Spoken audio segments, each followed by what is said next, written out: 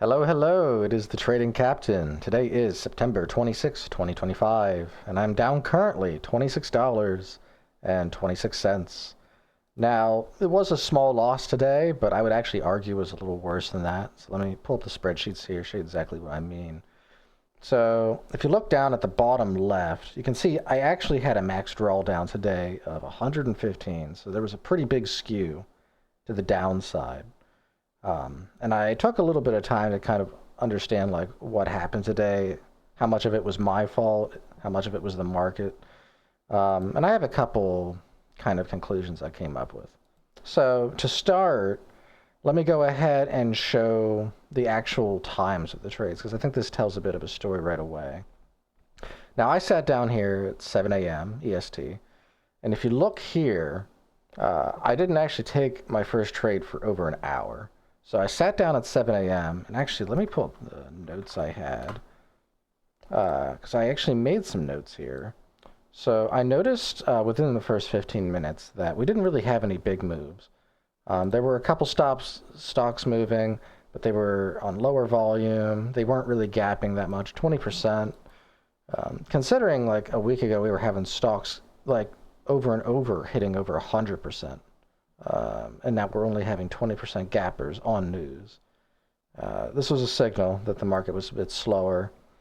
There were stocks like MGIH was popping up, but there was no news on it. It looked kind of manipulated.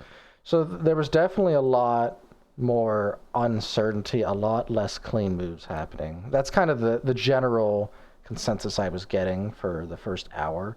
And honestly, even going into these trades I took, because if you look at the quality of the stocks I was taking today, a lot of them, there was a couple we had two A quality setups that I had, but a lot of them were B and C quality. And that's maybe another signal that today wasn't as good of an opportunity, right? We had slower movers, less big movers, the setups were a little bit worse.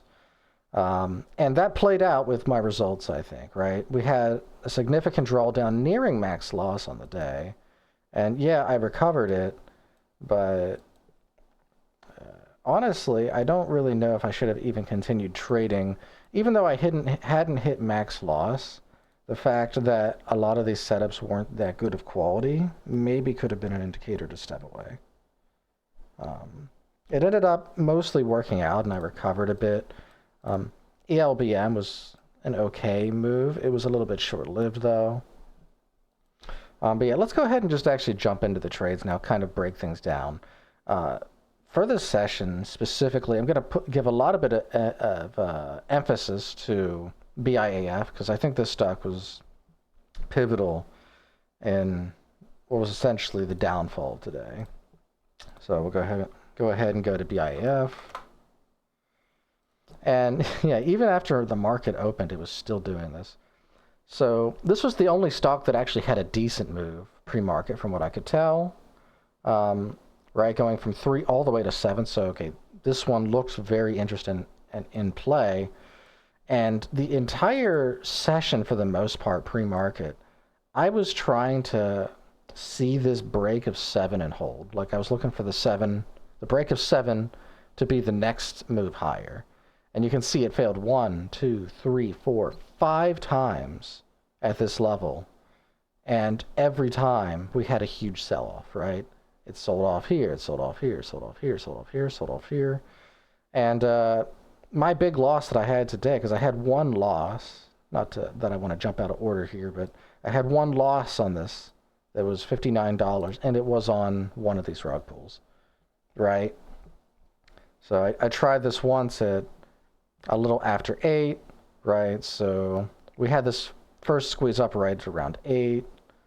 And I tried with this second leg here, and it failed. I believe I tried, I don't remember which one, I should just check. Yeah, I tried it again here, and it failed at 852. Which one was that? That was this one. Yeah, so that was this one where I was trying it up here, and it failed. I traded a little bit of the bounce here, thinking it might retrace, like, because I thought since it had failed all these times, but it was like going higher, we might see a retracement sooner, but that kind of fizzled out. Still was an okay winner, but it could have been much more. And I think the context of how much I lost versus how much I could have made is relevant, right? So I lost $59 on this one. And you got to ask yourself, was that a reasonable loss? And considering I was buying around the 670, 680s, if we could have seen a break and seen it go to like $8 even, because I think that would have been realistic if we saw the break of 7, I bought and averaged up, and if I had gotten that dollar move, that would have been like a $200 winner. So with that context in mind, I think the $59 loss was fine. It's just that the exposure was a bit higher than some of the other trades. So maybe I should have started with half size on some of these, because again, considering how much this has moved and it's a slightly higher price, I think I should have maybe downsized on some of these plays, at least on BIAF. So I think that was one inaccuracy I made, like a $33 loss, $59 loss, even if I'm trying to make 200. Considering a lot of these other plays aren't ever going to make 200, I think that could have been a signal too that I was oversizing. I don't think the context of the strategy was wrong. I think I may have just been oversizing in addition to trading in a market where we're slightly colder. So I think those two played a part. Let me go ahead. I'll just jump over to LEXX here. Go ahead and shrink this. And yeah, this was one. There was a offering here. I'll go ahead and just show the whole pre-market. So we had a bit of a move up. Show the daily here real quick just to give some context. This is a death spiral stock. Nothing too impressive. But yeah, there was an offering here. Offering was, I think, at 140. Let me double check that. 150. Okay, so offering was at 150. And my thought process was, okay, this is probably going to drop below 150, of course. I want to see this pull back quite a bit, and if it does, then I think there's a good chance we could see some sort of recovery towards 150. So I waited for quite a while, maybe like 20 minutes. Saw around 120s it was stabilizing, so I went ahead and took a position here, double size, because it is a much cheaper stock. I think size was totally fair. I did end up getting a significant move. I was 1 penny away from hitting my first target profit. I was like up 8 or 9 cents on 220 shares. 1 penny off, but didn't get it, and then it came all the way back. I ended up selling at 118 for a small loss on it, so that was like a $20 loss on that, something like that. Turned into no, it was like a $20 profit or something that turned into like a small loss. Yeah, small loss on that. ONCO. This was another one where it kind of just faded. All right, we had a pop, sold off. On relatively, like, these volume bars were much lighter than these 3 initial. And I thought, okay, maybe there's going to be a pop here. It didn't happen, though. We did eventually see a recovery during the day session, but just pre-market, this thing just got destroyed. And it seemed like the volume was, like, not aligned at all with the price action. Bit unusual. Maybe it could be the slower market. But yeah, this ended up just not panning out. Ended up having a net loss on this one as well. See, I went over BIAF. We'll go ahead and jump to the last trade I took on ELBM here. ELBM. This is probably the only actually good trades that I took.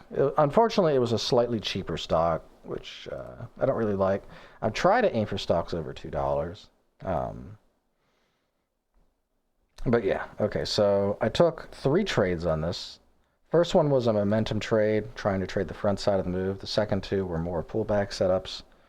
Quality was a little bit higher. I mean, this is B plus to A. It's not terribly low, but again, only having 1 A is not ideal. Actually, ironically, the one trade that was an A was the one I actually made the most on. So that's an interesting metric. Yeah, the A setup for this stock was the only one that I actually did really well on. But okay, so 902, 904, 915. So we'll go ahead and take a look at those. We had this pop up. I think there was news. Yeah, there was news, financing secured. Pretty okay catalyst. But yeah, we had a pullback. I got involved with the initial micro pullback here, trying to look for a leg higher. Ended up fizzling out. Then I ended up waiting for the first pullback. First candle making a 1 minute high, resolved pretty nicely. I sold into about halfway through the move, right? I was like fully out by what, 146. So I captured about half the move. So not a terrible result at all. I think this was actually really a great decision too in context. If we were in a hot market, getting out at 146 entirely wouldn't have been right. But in this market, since it's a bit cooler, I actually think this was a great decision. So yeah, locked in solid profits, even though I didn't catch the whole move.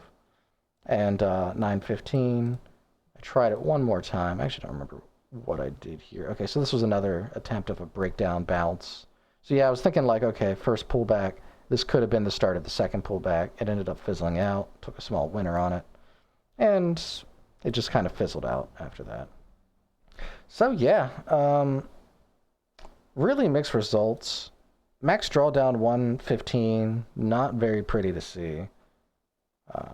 Did recover it for the most part, but I think the two things that really played into it was one, the market was a bit slower today.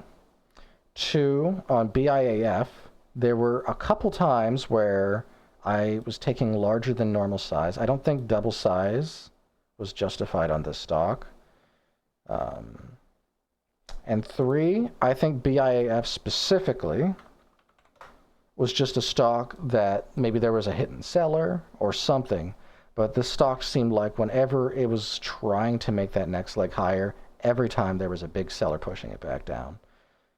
And I wouldn't be surprised if a lot of people lost money on this, just because this pattern is incredibly deceiving. A lot of people, I'm sure, tried to make this break of 7 and it failed. But yeah, that pretty much wraps up my trades for the day. I mean, kind of unfortunate to have a red day to end the week, but what can you do? I'm happy that it's at least a small red day. I mean, if I was still down 100 on the day, it would have been a little more depressing. But at least I was able to recover some of that. But yeah, thank you very much for watching this recap. I don't sell any courses. I don't sell any signals or anything. I just like posting my trades so you guys can see them. If you liked what you saw, leave a like, and I will see you guys next week on Monday.